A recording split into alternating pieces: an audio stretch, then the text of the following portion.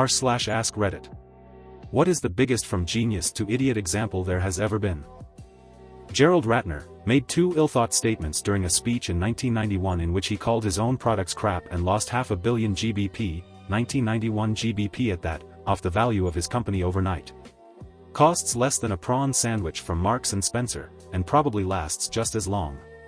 And people say, how can you sell it for such a low price? I say, because it's total crap. He said this to a room with a high number of journalists which took the story and ran with it. After this, anyone buying anything for a gift for a loved one from one of Ratner's stores branded themselves as cheap, so sales plummeted. He was ousted as chairman within a year and they had to change their name. Shooting your own company in the foot like this has since become known as the Ratner effect or doing a Ratner. Don't understand how Sam Bankman-Fried isn't on this list yet. Dude was in magazines being called a prophet and genius, turns out he was just a duckling idiot the whole time. John McAfee. Not sure of the genius part, but the downfall was legendary. He wrote and marketed the first commercial antivirus software after cutting teeth at NASA, Univac, and Xerox as a coder. Might have peaked around $100 million.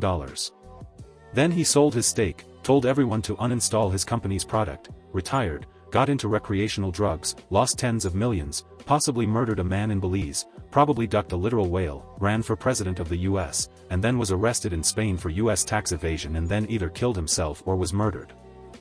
McAfee was definitely a mad genius who went insane. Yeah, I don't see him as an idiot, he's more crazy. Watched his documentary, it did not disappoint, guy had become an absolute lunatic and I loved watching every second of it. Not sure if this is what you're looking for, but this one came to the top of my head. A guy I worked with 23M went to the casino to play some blackjack. He came into work the next day with 4 giant bags of Burger King. Hey everyone, lunch is on me. He ended up winning $1,400 going in with only $200, we were a bunch of young bucks so $1,400 was a substantial amount of cash in our eyes. Everyone was talking to him about it and asking him how he did it. Let me tell you, he was very proud of his accomplishment. He then proceeded to explain how it's done. You just have to know how to read the cards. Blackjack is all about skill, you need to know when you bet and when you don't. Some people have it and some people simply don't. It takes years of playing the game. My man was on a high horse and honestly we were all very impressed. He was talking like he knew his stuff and he was soaking it all in. All the guys on the showroom floor were standing around him listening to him boast about the winnings, him even showing everyone the cash. We asked him if he is going to go back. Of course, it's free money. Well, he goes back that night for a second time. He stays at the casino for hours and goes in with all his earnings from the night before. Starts gambling. Losses all of his earnings from last night in about an hour's worth of time. Then proceeds to pull out more cash from his bank account, his entire paycheck he got 2 days ago, and loses all of that as well. If you get lucky, don't get arrogant. A friend of mine spent an evening in a casino. He turned £200 into £10,000 with a few lucky hands of poker. He then stood up, cashed out, and ordered a taxi home. While he waited, he requested a word with the head of security. Ban me, he said, I just won big, and if you don't ban me I will be back in here tomorrow, trying to win again. They banned him on the spot, and, for the crack, Frog marched him out of the building and waited with him until the taxi arrived. It's a rare thing, to be a skilled gambler but also know your limitations like that. Man's still an idiot, for many reasons, but he has my respect there. I think Steve Jobs was a marketing and sales genius. Then when it came to his treatable cancer, well, I wouldn't call him an idiot, but he placed his faith in the wrong person and his "I always win" attitude cost him his life. He was unlucky to get cancer, but lucky that it was treatable at the stage it was discovered, but he ignored his doctors and thought that changing his diet would heal him. The guy that invented PCR, which was groundbreaking in early DNA research, got a Nobel Prize, though most probably remember it from the COVID days, went off the rails, denied that HIV caused AIDS even after it was scientific consensus and spent his time talking to a glowing raccoon in the forest at night. Linus Pauling. He went from being a preeminent chemist and biochemist to a quack who wrote books claiming that megadoses of vitamin C cured all disease and was the key to an insanely long life. Thomas Midgley. All his inventions were thought to be great contributions to mankind until we found out they were dumping crazy amount of toxins into the atmosphere and burning a hole in the ozone layer. Honestly, may get downvoted for this, but Hitler was a genius in how he took power, then achieved total domination over Germany and brainwashed his people into committing the worst genocide in history. Then the idiot lost World War II in spectacular fashion, invading the USSR, and fighting the Western Allies at once. Also, the dude was an evil psychopath, but even evil people can still be geniuses as well as idiots. Could argue this is the same for any dictator ever, really. Greed eventually corrupts the intelligence they do have, thus turning them into an idiot. Honestly, I can agree. Saddam, Mao, Pol Pot, Gaddafi and Putin are great examples. Saddam egging on the US to invade Iraq, which toppled his regime. I'm aware the US had other motives, but Saddam didn't exactly help his situation nor innocence. Mao caused the Great Famine. Pol Pot and Gaddafi got themselves ousted from power in spectacular fashion. Putin we are seeing currently with Ukraine.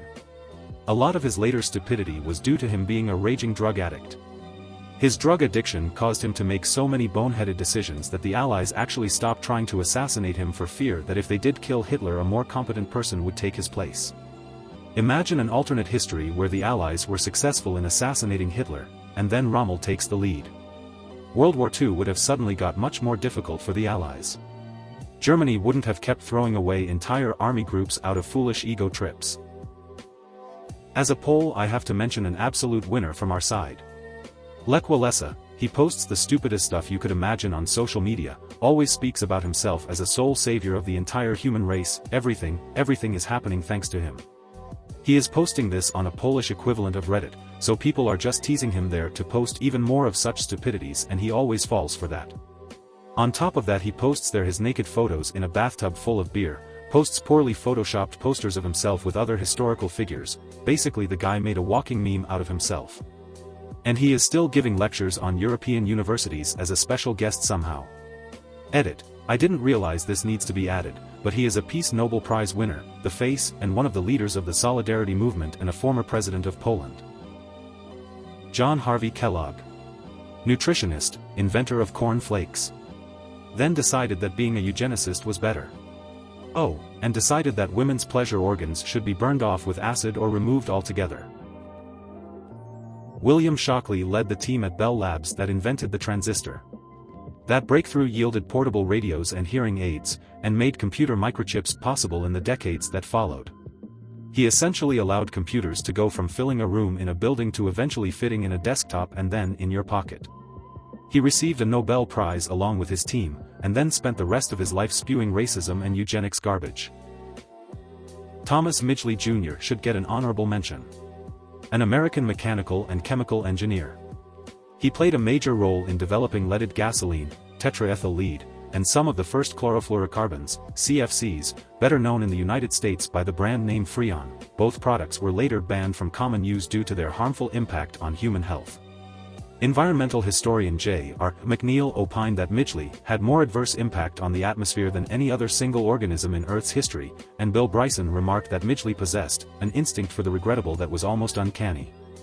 Fred Pierce, writing for New Scientist, described Midgley as a one-man environmental disaster. He's not the biggest example, but Jordan Peterson seems to fit the description of genius to idiot. It actually makes me sad, because years ago it seemed he just legitimately wanted to help people. I first heard him telling people to value taking many small steps towards progress instead of trying to rapidly do everything at once, and for some I'm sure that makes sense. Then he got popular, and being in the public eye means taking criticism he clearly was incapable of dealing with in a healthy manner. He became bitter and cynical, fell apart mentally, developed a drug addiction, went to Russia, and came back using a lot of specialized jargon to legitimize junk ideas. He's now the idiot's version of a smart man, talking a lot while saying little. Einstein was a genius. But outside his realm, his ego caused him to interject himself into the conversation and say things that would sound like it came from a high school teenager. Plate tectonics, for example. Linus Pauling. He won the Nobel Prize in Chemistry for his work on chemical bonds. Later he went on to promote crazy vitamin C supplements that you just peed out. If you're taking vitamin C for a cold, it's probably because of him, and peer-reviewed research shows as long as you're not vitamin C deficient, it's useless. Thomas Midgley Jr. twice. The American Chemical Society gave him the Nichols Medal for the use of anti-knock compounds in motor fuels. The anti-knock compound in question? Leaded fuel. Later he was given the Perkin Medal by the Society of Chemical Industry, the Presley Medal by the American Chemical Society, and the Willard Gibbs Award for revolutionizing refrigerant systems. By inventing Freon and ushering in the CFC revolution. Ben Carson. Before he was head of HUD and ran for president, he was known as an absolutely amazing neurosurgeon. There was even a film made about him in the 2009 starring Cuba Gooding Jr. about how amazing he was. LOL.